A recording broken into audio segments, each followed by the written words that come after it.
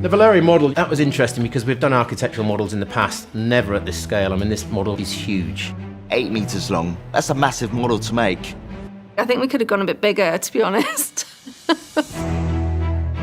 What happens is if you're a showrunner or a show, you say, wouldn't it be interesting if there was a model of Valyria, and then you show up on set and it's a city in its own right. Viserys is not into dragon riding. He takes a more intellectual pursuit.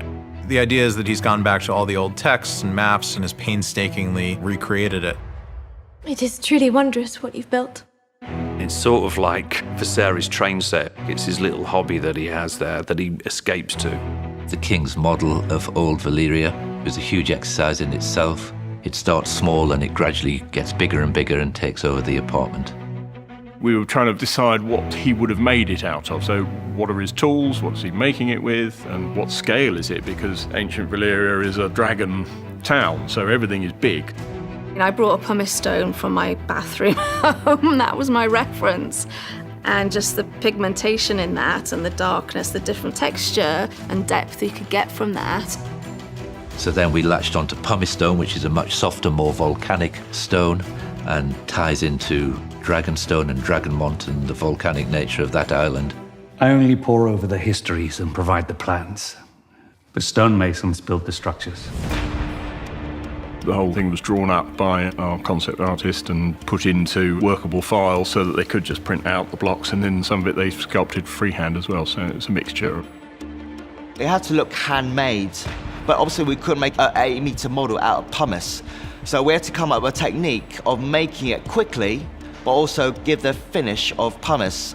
The 3D printers were our little soldiers in the background, working for about 2 months, 24/7, printing out hundreds of buildings.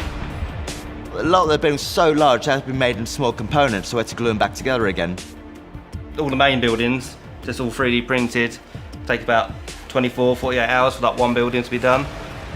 We've done it all in PLA plastic on these machines, so the beauty is with a machine, you do get a hard edge finish, but then we can go over it with textures and finishes and paint effects to make it look like the pumice stone. The 3D print's got about 3 or 4 layers of plaster over it, so we had to soften off the edges, window frames and all that sort of stuff. This looks more hand-carved. It just grows and grows and grows and gets bigger in each episode. There's over 200 pieces. I think I'm the only one who knows where they go, so.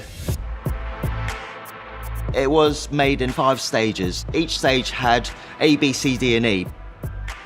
And then we made it so it's joined together without any seam line. It was an amazing piece that became 5 separate units that we could put together but also take apart. It was always in about 6 or 8 pieces, but then schedules change and that piece is in, that one's out. It's all got to be mobile, but all go together and look like one piece as well. As the king is getting older, he can't spend as much time, but he wants to finish it, so it becomes a bit more blocky. Right near the end of the season, he hasn't touched it, so it's got cobwebs, so it's quite heavy on here, just to give it like, a bit of age to it.